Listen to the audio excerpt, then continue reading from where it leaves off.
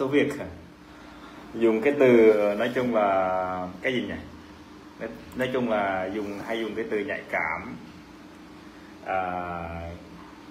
trong cái file chính của mình, cái là file phụ nhé mọi người. Có lẽ là nhiều người cũng thắc mắc rằng là tại sao mình lại phải dùng quá lời, đúng không ạ? Dùng quá lời như thế, nhưng mà các bạn phải nghĩ như thế này các bạn ạ.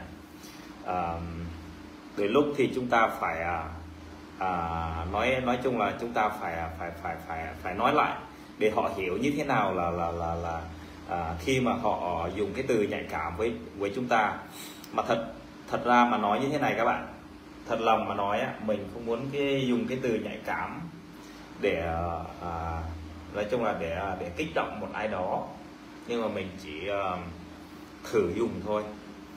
Trong khi đó là mình cũng biết và cũng hiểu như thế nào là từ nhạy cảm và liệu nghe có hay hay không, nhưng mà mình từ cái đó là mình thử sử dụng thôi các bạn ạ. Mình cũng không muốn nói hay là làm cái gì cả, đúng không? Nhưng người ta thì không có hiểu mình đó.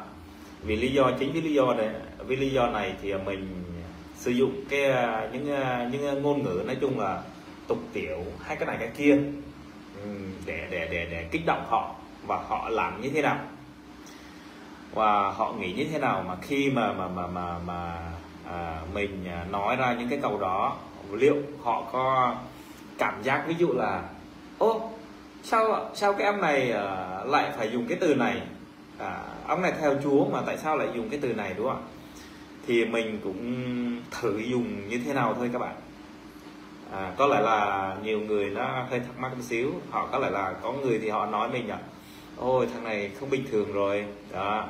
Còn có người thì nói là ô cái ông này oai quá, đang ở Thái Lan mà oai đó. Còn có người nói là ô mình đi theo đạo mà không nên sử dụng cái từ này, hoặc là sử dụng cái kia, cái này cái kia. Nhưng mà thực tế là mình phải thử các bạn ạ. Mình phải thử mới biết được.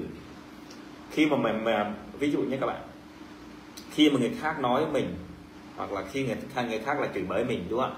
Khi người khác chửi bới mình, nhưng chúng ta là một con người, đúng không ạ? Chúng ta cũng có cái nét và cái nói chung là cái văn hóa, đúng không ạ? Chúng ta rất là tôn trọng họ, nhưng mà họ không có biết tôn trọng chúng ta là như thế nào đó. Cho nên là đôi lúc là chúng ta phải chống lại, cái đó là không có sai các bạn. Mà thậm chí các bạn, ví dụ là tôi không biết bạn là ai và ở đâu và bạn làm cái gì, lúc đó thì tôi phán ra một câu khiến bạn phải cảm thấy là rất là khó chịu, hoặc là nói những cái câu mà khiến các bạn phải cảm thấy là không có hài lòng đó.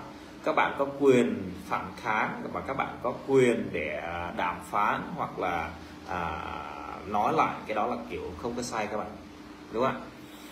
Nhưng thực tế thì các bạn cũng đã từng biết, và những ai mà họ nghĩ rằng là như thế này như thế kia, họ dùng cái từ nói chung là rất là nhạy cảm nhiều thứ, và tôi cũng đã nói với họ và nhiều lần nhưng mà họ không có nghe.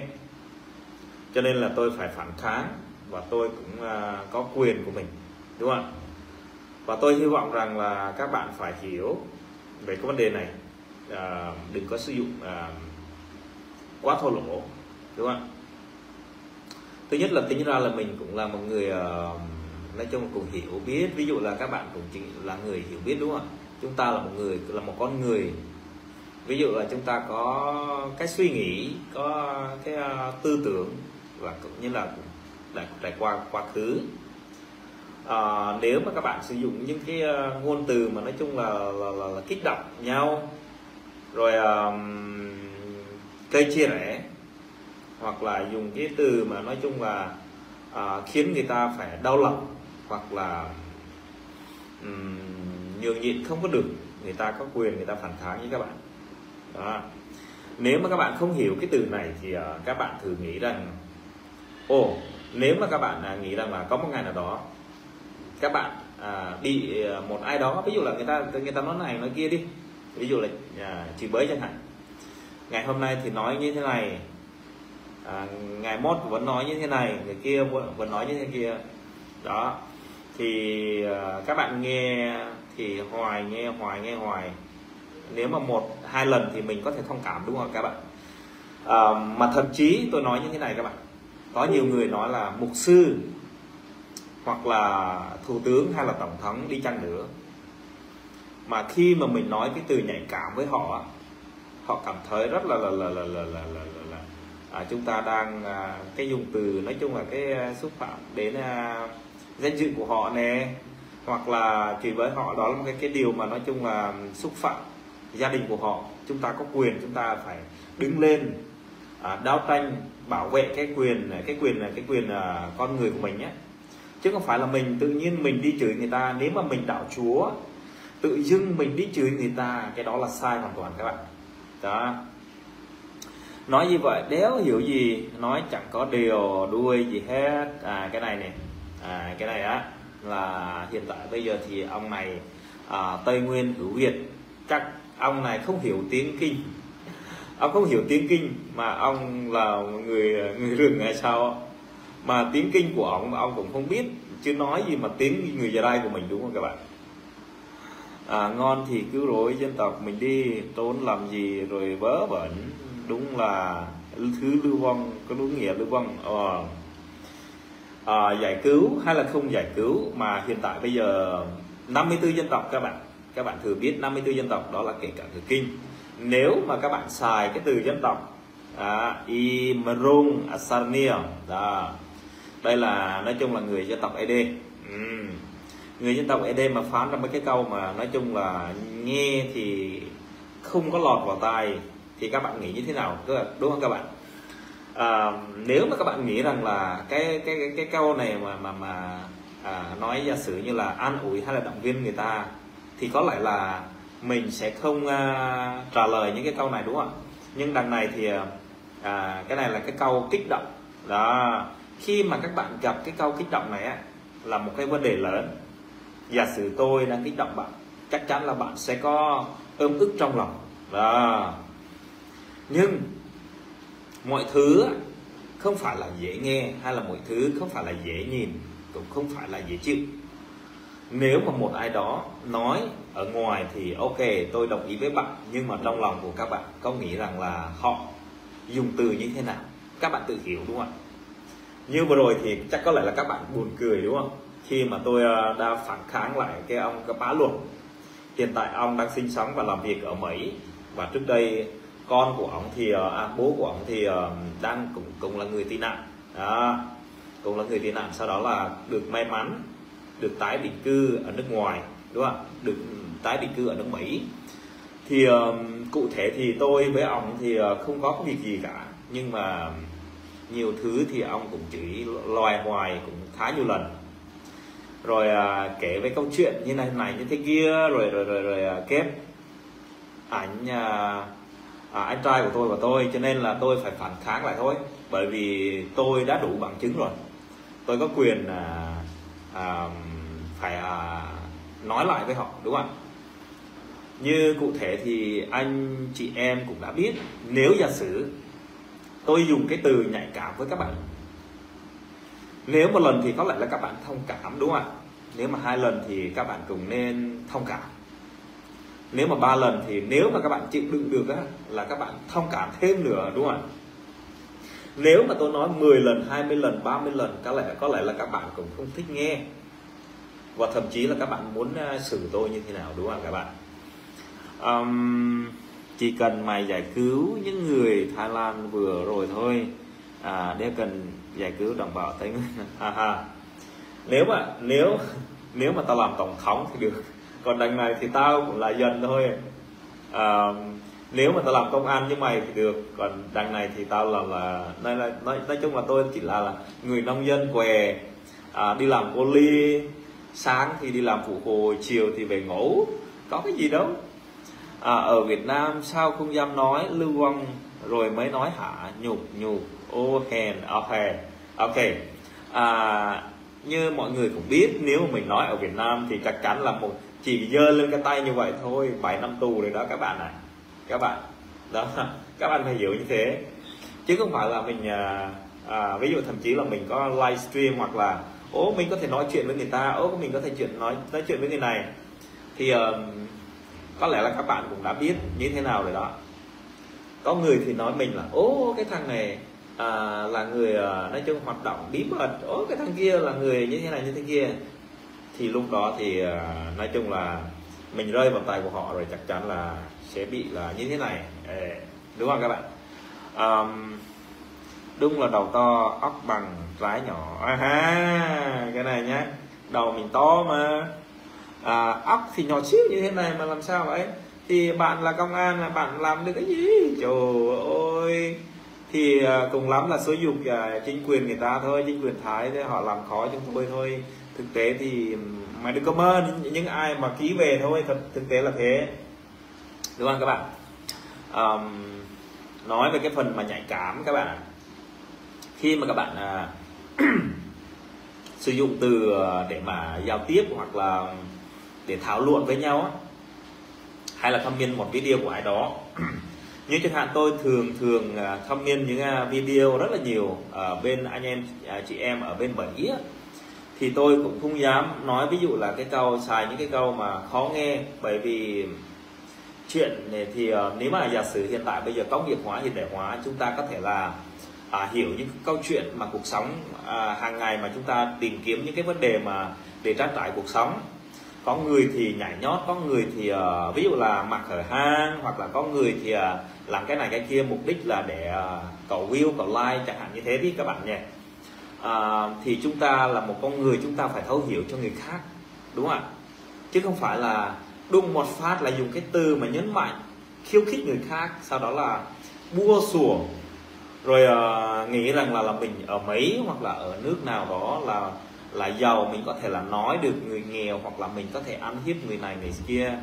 Theo mình nghĩ rằng là cái đó là không có lẽ phải, đúng không ạ? Không có đạo đức hay là không có cái phép lịch sự. Cho nên là mình phải thử dùng cái câu mà ví dụ là người ta gọi là vô đạo đức, hoặc là dùng cái câu mà người ta gọi là cái gì nhỉ, nói chung là vô học, vô văn hóa đi, đó thì mình cũng đã dùng thử với ông luật rồi đó. Ngoài điều đó nữa là mình sẽ, nếu mà ông còn tiếp tục là mình sẽ sẵn sàng chơi cái kiểu họ kết mình sẽ kết lại từ bây giờ, là nếu mà họ còn làm những cái làm những cái khác nữa, mình sẽ ghép toàn bộ gia đình của họ luôn, để xem họ có bực xúc hay là nóng tính hay không. Nếu mà giả sử có một ngày nào đó, nếu mà mình đến ở nước Mỹ hoặc là ở đâu, nếu mà họ khiếu nại mình ở quan tòa hoặc cái này cái kia, mình sẽ hỏi rằng là những cái gì mà bằng chứng của mình đã lưu lại rồi đó, mình không có lo cái vấn đề đó. Như nhiều người cũng đã hù dọa mình rằng là họ nói như thế này,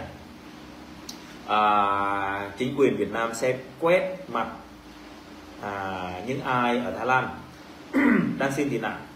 Ở đây thì tôi đối với tôi cái suy nghĩ đó là cái suy nghĩ tích cực của tôi ở đây hay còn gọi là cái sự thấu hiểu của tôi ý là ví dụ là kia máy bay không người lái, đúng không ạ? Mình điều khiển, đúng không ạ? Họ cầm một cái bom, đúng không ạ? Họ giữ một cái bom, chỗ nào mà ví dụ là cái bom, chỗ nào mà ví dụ là họ quét cái khuôn mặt, xác định cái vị trí đó, sau đó họ thả cái bom bùm một phát, đó khiến người ta phải bị thương hoặc là tử vong gì đó, đúng không ạ? Cái đó là mình thừa hiểu những cái vấn đề đó. Nhiều người họ đang nói thắc mắc rằng là bạn phải cẩn thận, người ta sẽ quét mặt rồi những ai ở Thái Lan. Mình thì mình cũng đã biết về cái vấn đề đó. Thì hiện tại bây giờ chính quyền thì họ theo dõi tôi cũng như là tất cả mọi người ở đây. Họ nói chung là cái cách mà họ làm những cái điều mà nói chung là xảo trá này kia thì các bạn cũng đã thừa biết rồi đó. Chào vua nước Chrai, ok, chào Isam Bonja. Sam Bonja là tổng thống của Ere Rade ha. Hồi trước là tôi khóa nick của ông rồi, bây giờ lại phải xuất hiện lại ông nữa. Chắc phải ông thích nói chuyện với tôi lắm hay sao ấy nhỉ? Thì tôi cũng khóa nick của ông rồi, mà tôi cũng tội cho ông, sau đó là tôi mở lại. Sao rồi? Công việc thế nào rồi? Sambunya sao rồi? Tình hình như thế nào, làm ăn được chưa? Sau riêng cà phê cà pháo hái hết chưa? Rồi mua được mấy tấn vàng, mấy làm được tông tài chưa? Được cải trị chính quyền ra đê để cải trị chính quyền Việt Nam chưa?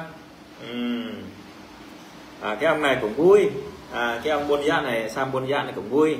Đôi lúc thì ông cũng là một tình báo, đôi lúc thì ông cũng nói chuyện cũng bình thường, đôi lúc thì chọc cho vui, không có sao cả, miễn sao là ông không có chửi, ví dụ là tôi là được, nếu mà chửi tôi thì tôi chửi lại, không sao cả, đúng không? Đúng không? Y Sam buôn dạ đúng không? Tôi mua được ô tô rồi, ok, cảm ơn, chúc mừng bạn nhá, chúc mừng Isambonya nha. Thì thế chứ mình phải làm ăn phát triển kinh tế, đúng không ạ? Nhưng mà nếu mà các bạn nói tôi rằng là ô bạn là đang vượt biên, nếu mà tôi sai á, các bạn phải làm đúng với cái luật chính quyền, đúng không ạ? Cái đó là các bạn mới gọi là các bạn đúng, đi đúng hướng, chứ không phải nếu mà các bạn nghĩ rằng ô mày vượt biên làm cái gì, ô người ta vượt biên làm cái gì, thì lúc đó thì mình là một người thiếu thấu hiểu biết cho người khác, đúng không các bạn? Các bạn thường nghĩ rằng là các bạn, nói chung là tôi cũng không khác gì các bạn cả. Đi Mỹ chưa? Cảm ơn cái câu hỏi này. Nếu mà mình đi Mỹ thì mình sẽ gọi ông qua, rồi có cái gì thì ông qua, rồi có cái gì thì mình chào đón nếu mà được đi á. Còn nếu mà đi được Mỹ Tho thì, nếu mà đi được Mỹ Tho thì qua nhà ông ăn sầu riêng nhé. Tôi mua được ô tô, ok. Khi nào thì mua được ô tô thì cứ lái thoải mái. Tôi cũng muốn có tiền để mua ô tô, nhưng mà chắc số của tôi phải nói chung là cái lưu lạc rồi, nghèo đói, cho nên là tôi không biết làm cái gì cả. Nếu mà tôi cũng ước mơ như ông thì chắc có lẽ là như thế nào nhỉ? Nhưng mà tại vì chỗ tôi á, ở xã huyện của tôi rất là nghèo, bởi vì nghèo ở đây á, không phải là nghèo về cái gì cả, mà là nghèo cái nguồn nước đó. Tuy rằng là đất cũng có, thì nói về so sánh về cái đất đai màu mỡ ở Chư Sê hoặc là ở Đắk Lắk, ở Gia Lai, thật sự thì chúng tôi thì không có cái gì cả. Đất của chúng tôi là đất đá, thà đi làm phụ hồ hoặc là đi lưu vong còn hơn các bạn. Ở chỗ tôi là nghèo lắm. Tôi vừa đi Thái Lan về, thì ông đi Thái Lan thì ai mà dám gặp ông? Ông là vừa tình báo vừa là công an đi mật, ai mà dám, đúng không? Ai mà dám gặp các ông chứ? Nếu mà ở Việt Nam thì gặp có thể là được, nhưng mà ở đây thì gặp sao mà gặp được? Mặc dù ông qua đây tôi cũng không gặp. Nếu mà ông đến cả công an nữa là và tôi phải xuống, tôi phải chửi ông chứ, đúng không? Đó. Nếu mà ông đi đến Thái Lan thì ông hỏi ai, ông gặp ai thì sao tôi biết được, và ông làm gì sao tôi biết được, đúng không? Cái này thì khổ quá. Không phải tôi thì tôi không ghét ông, nhưng mà các ông cứ như thế này thế kia thì tôi không có nói gì cả, đúng không? Vinglong Hotel này chỉ Soyang Wong Street. Thế hả?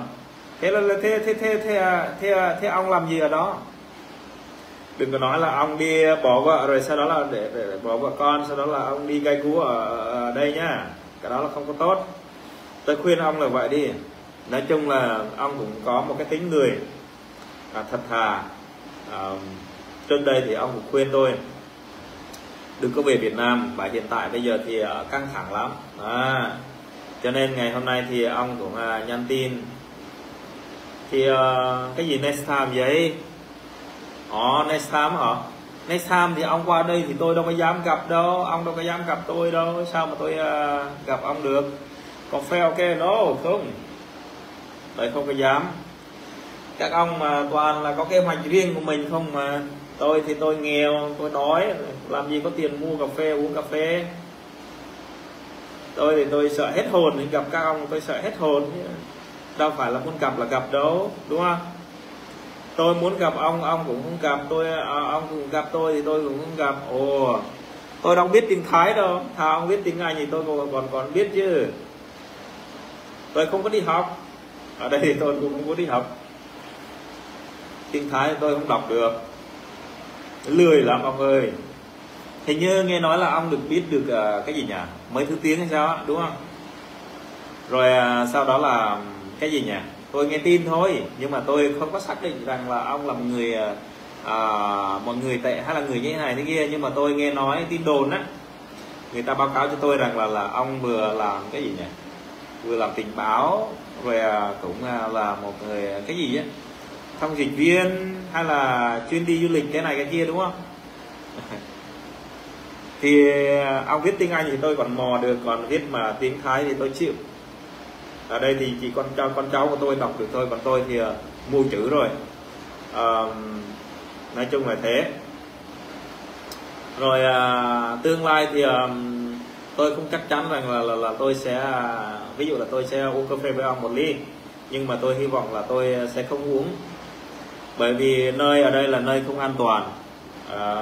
Tôi không biết ông đến với người và ông làm như thế nào mà đến được đây, cho nên là khó để mà kiểm soát hay là định đoán, đúng không ạ? Hình như là Sam buồn dạ là hình như BD sao nhỉ, đúng không? Ông là BD đúng không? Nghe nói là ông là BD mà. Có mấy bạn của mình nói là ông là BD. Thường là ông hay nhắn tin với với con trai, sau đó là ông muốn bỏ vợ, đúng không? Ôi chết như thế này là không có được. Con trai mà phải lấy vợ chứ, con trai mà phải lấy vợ để sinh con, để có giống thôi chứ. Người nói chung là người bản địa mình ít lắm đó. Cái gì nhỉ, tôi gần anh còn gì dám mà ông nói ở đó thì tôi đâu có dám đi đâu, đúng không? Tôi ở nhà suốt ngày. Hiện tại bây giờ tình hình căng thẳng, mà trong khi đó thì tôi đâu có biết đâu. Kể cả nhiều công an rồi qua rồi mặt cong lại ông lại nhốt tôi vào bào, xong rồi sau đó là trở về. Ôi như vậy là không có được, đúng không? Chào anh Sampasor, khỏe không anh? Khỏe chứ hả? Lâu rồi không có nói chuyện thế. Khi nào thì anh em mình nói chuyện. Nói chung là các bạn tôi và các bạn thì không có, nói chung là hận thù gì cả. Nói vui cũng đôi lúc thì chúng ta mặc dù các bạn làm một công viên quan chức nhà nước ở Việt Nam thì tôi không có ghét các bạn gì cả, bởi vì các bạn cũng là một con người, tôi cũng là một con người. Mặc dù các bạn không có những cái điều mà nói chung là về cái vấn đề này kia với chính quyền, nhưng mà tôi thì có. Mặc dù các bạn không có trải qua những cái sự trải qua của mình, thì các bạn cố gắng mà làm ăn, phát triển kinh tế, hiếu với dân, hiếu với đảng, đúng không ạ? Hiếu với dân và với đảng, đúng không ạ? Đó là công việc chúng ta nên làm. Mà chúng ta ở đâu chúng ta phải cái gì nhỉ, tôn trọng cái luật ở đó. Mà chúng ta không nên ví dụ là dùng cái từ như này như kia, kích động lẫn nhau, rồi chia rẽ, rồi gọi người khác là dân tộc, người này là dân tộc, người kia là mình nghe là nó kiểu như khó chịu lắm. Về Việt Nam đi, đất Tây Nguyên chăm làm là cũng giàu. Thì đúng rồi, nói chung là khi mà mình có một cái suy nghĩ tích cực và mình dám làm, dám chịu, và có thể là mình, nếu mà kèm theo định mệnh của mình ấy, là sẽ giàu, đúng không ạ? Nhưng nói chung giàu sang, khoe măn, ok, khoe măn, ok. Nói chung là giàu sang cũng là một số phận, cũng là một định mệnh, đúng không các bạn? Ví dụ tôi hỏi cái ví dụ là Cambodia chẳng hạn. Cambodia có thể là qua ở nước Thái, có thể là đi du lịch, hoặc là đi nước nào nước kia nước này, vân vân đi. Còn nếu mà muốn đi nước Mỹ nó hơi khó, đúng không các bạn? Đi nước Mỹ nó hơi khó, bởi vì sao? Bởi vì ví dụ trong cụ thể các bạn, ví dụ là giống như tôi đi tị nạn.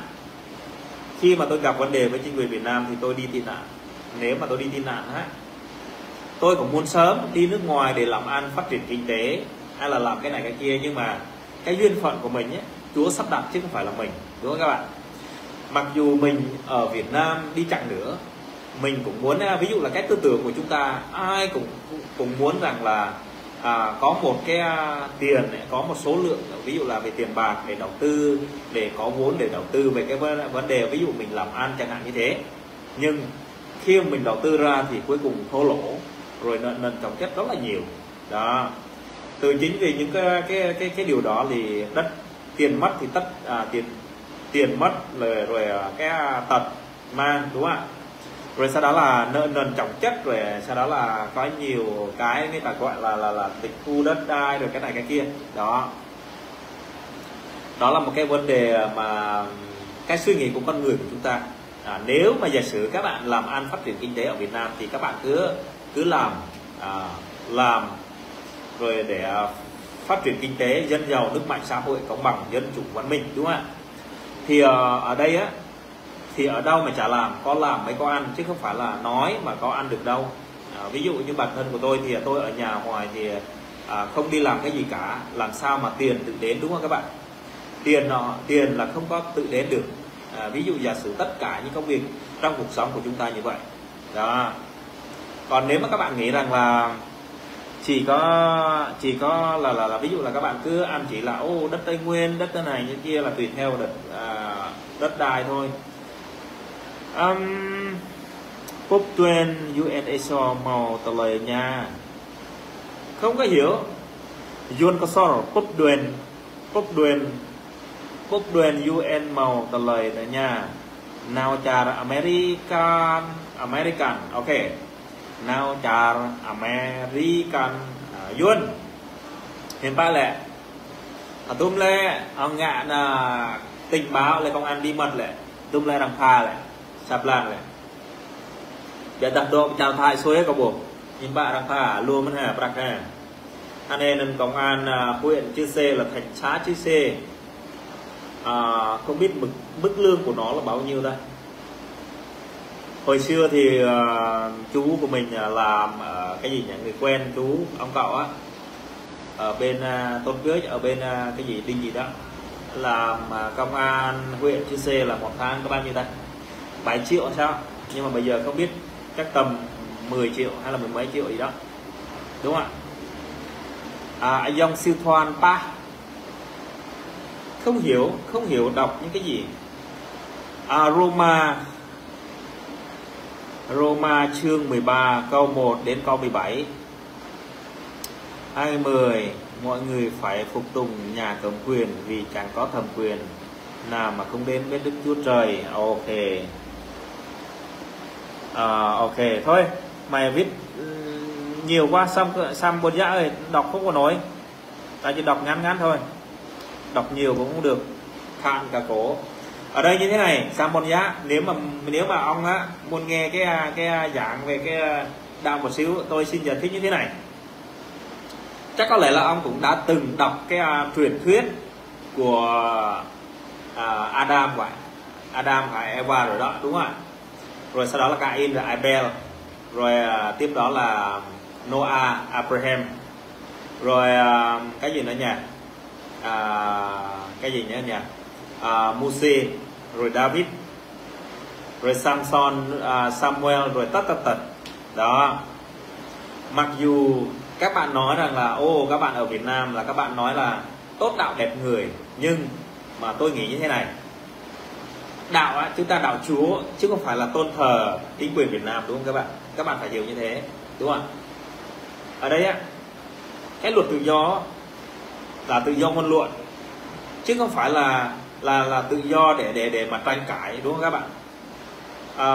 chúng ta theo đạo á, chúng ta phục tùng Chúa chứ không phải là phục tùng chính phủ.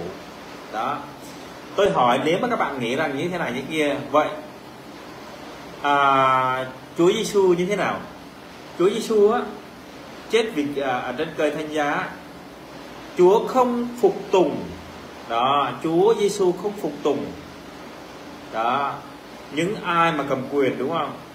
Đó, Chúa Giêsu cũng đi tị nạn, mà lúc khi mà Chúa Giêsu đã sinh ra đó, Chúa Giêsu sinh ra sau đó là vua của Herod, đúng không ạ? Nói chung là muốn hại ví dụ này kia đó. Ngay Giêsu cũng sợ, mà chưa nói gì con người của chúng tôi. Nếu mà Isam Bonja nói như thế này nhé, phải tuân theo những cái điều đó. Có một ngày nếu mà tôi hy vọng rằng là tôi ước gì chính quyền tịch thu đất đai của ông, thứ nhất. Thứ hai là ước gì chính quyền mà nói chung là làm khó ông, đó, sau đó là ông có thể là phục tùng. Còn tôi thì nói chung là nếu mà theo đạo á, trong sách Kinh Thánh á, nói chung là đều là bị chính quyền Việt Nam họ nói chung là họ làm cái này cái kia thì cũng không khác gì trong sách cả.